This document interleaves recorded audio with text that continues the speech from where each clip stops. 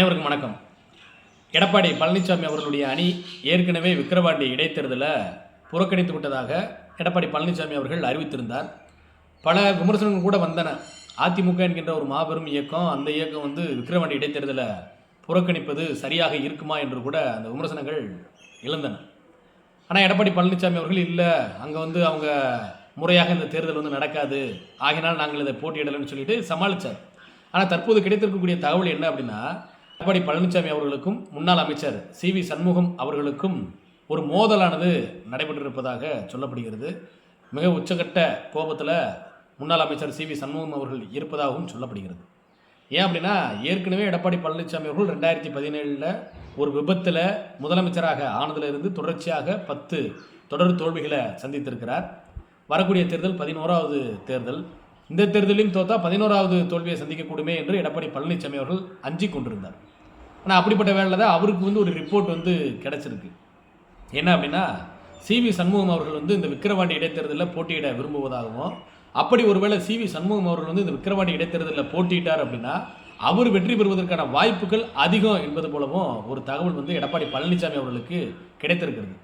அங்கே தான் எடப்பாடி பழனிசாமி அவர்கள் வழக்கமாக அவர் செய்யக்கூடிய அந்த சூழ்ச்சிகள், நயவஞ்சகத்தை மீண்டும் ஒரு முறை அவர் உடன் இருக்கக்கூடிய சி.வி. சண்முகம் அவர்களிடத்திலேயே காண்பித்திருக்கிறார் என்று சொல்ல வேண்டும். ஏன் அப்படின்னா, ஏற்கனவே 10 தோல்வி எடப்பாடி பழனிசாமி அவர்கள் சந்தித்துட்டார். இப்போ 11வது தேர்தலில் சி.வி. சண்முகம் அவர்கள் ஒரு இடைத்தேர்தல் நின்று வெற்றி பெறாரு அப்படின்னா அந்த வெற்றியை எடப்பாடி பழனிசாமி அவர்கள் தன்னுடைய வெற்றியாக கொண்டாட முடியாது. ஏன் அப்படின்னா, அந்த விழுப்புரம் மாவட்டம் என்பது அது முழுவதுமாக ஒருங்கிணைந்த ஒரே மாவட்டமாக சி.வி. சண்முகம் அவர்கள் அங்கே மாவட்ட செயலராக இருக்கிறாரு, அவருடைய கட்டுப்பாட்டில் இருக்குது. அப்போ அவர் அங்கே நின்று வெற்றி பெறும் பொழுது அவர் ஒரு ஆகச்சிறந்த தலைவராகிறார். ஏற்கனவே ஒரு பக்கம் முன்னாள் அமைச்சர் ஜெயக்குமார் அவர்களும், இந்த பக்கம் சி.வி. சண்முகம் அவர்களும் கட்சிக்கு தலைமை எடப்பாடி பழனிசாமி அவர்கள் தான் என்று, அதாவது தற்காலிக தலைமை அப்படின்னு இருந்த பொழுதும் கூட இவங்க 2 பேர் தான் கட்சியினுடைய மிக முக்கிய தலைவர்கள் போல, உச்சபட்ச அதிகாரத்தில் இருக்கிறது போல செய்தியாளர்கள் சந்திப்பாங்க, பல விஷயங்கள் பேசுவாங்க. இல்லை ஒரு கூட்டமே போடுறாங்க, ஒரு மாவட்ட செயலர் கூட்டமே போட்டாலும் கூட அவங்க அவங்களுடைய இஷ்டத்துக்கு தான் செயல்படுவாங்க. அவங்க 2 பேர்த்தை எடப்பாடி பழனிசாமி அவர்களை கட்டுப்படுத்த முடியாது. அப்படி இருக்கும் பொழுது இந்த இடைத்தேர்தல் நின்று ஒருவேளை சி.வி. சண்முகம் வெற்றி பெற்று விட்டாரே ஆனால் நமக்கு மிகப்பெரிய அளவில் ஒரு குடைச்சல் கொடுக்கக்கூடிய ஒரு வேலையாக வந்துவிடும். ஆகையினால இந்த தேர்தல் நம்ம புறக்கணிப்பதன் காரணமாக 11வது தோல்வியிலிருந்து தப்பிப்பதற்கான ஒரு சூழ்நிலையும் உருவாகி விடுகிறது. மறுபக்கம் பார்த்தோம் அப்படின்னா, சி.வி. சண்முகம் அவர்கள் ஒருவேளை நின்று வெற்றி பெற்றாரே ஆனால் நமக்கு மிக குடைச்சலை கொடுக்கக்கூடிய ஒரு சூழ்நிலை ஏற்படும். அப்படி இருக்கும்பொழுது இந்த ரெண்டுமே ஒரே கல்ல 2 மாங்க என்பது போல 3 மாங்க என்று கூட சொல்லலாம். இந்த 2 தவிர திமுக வெற்றி பெறுவதற்கு உதவுவதுதான் எடப்பாடி பழனிசாமியுடைய முதன்மை நோக்கம். ஆக ஒரே கல்ல 3 மாங்காவை அடித்து எடப்பாடி பழனிசாமி அவர்கள் மிக ஆகச்சிறந்த ஒரு சூழ்ச்சிக்காரர் என்பதை மீண்டும் ஒரு முறை நிரூபித்திருக்கிறார். ஆகையினால தான் சி.வி. சண்முகம் அவர்கள் எடப்பாடி பழனிசாமி அவர்கள் மீது ஒரு வருத்தத்தில் இருப்பதாக சொல்லப்படுகிறது.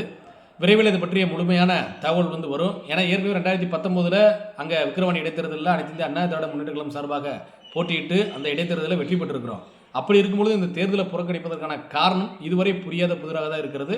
ஒருவேளை பரவலாக பேசப்படக்கூடிய இந்த எடப்பாடி பழனிசாமி அவர்கள் சி.வி. சண்முகம் அவர்களுடைய அந்த மோதலானது உண்மையாக இருக்கும் பட்சத்தில் மேலும் அதிமுக பிளவுபடுவதற்கான வாய்ப்புகள் இருக்கிறது.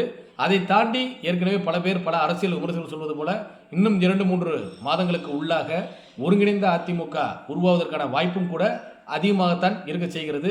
எது எப்படியாக இருந்தாலும் ஒருங்கிணைந்த அதிமுக உருவானால் 2026 இதயதெய்வம் புரட்சித் தலைவர் எம்ஜிஆருடைய ஆட்சியை, இதயதெய்வம் புரட்சித் தலைவர் அம்மா அவருடைய ஆட்சியை உறுதியாக தமிழகத்தில் கொடுக்கலாம். அதற்கு ஏற்கனவே பச்சை கொடி காட்டும் விதமாக ஒரு குச்சியாக இருந்தால் எளிமையாக உடித்து விடுவார்கள், நம்ம கத்தையாக குச்சியாக இருந்தால் உடிக்க முடியாது என்று ஐயா ஓ பன்னீர்செல்வம் அவர்கள் பச்சை கொடி காட்டிவிட்டார். அங்கே இருக்கக்கூடிய நிர்வாகிகளுமே எடப்பாடி பழனிசாமி தரப்பில் இருக்கக்கூடிய நிர்வாகிகளுமே எப்படா நம்ம இங்கேருந்து போவோம், ஐயா ஓபிஎஸ்னுடைய தலைமையில் பயணிக்கலான்ற மாதிரியான ஒரு சூழ்நிலையில் தான் அவங்களும் இருக்கிறாங்க. ஆகையினால விரைவில் இந்த ஒருங்கிணைந்த அதிமுகவை நம்ம எதிர்பார்க்கலாம். நன்றி, வணக்கம்.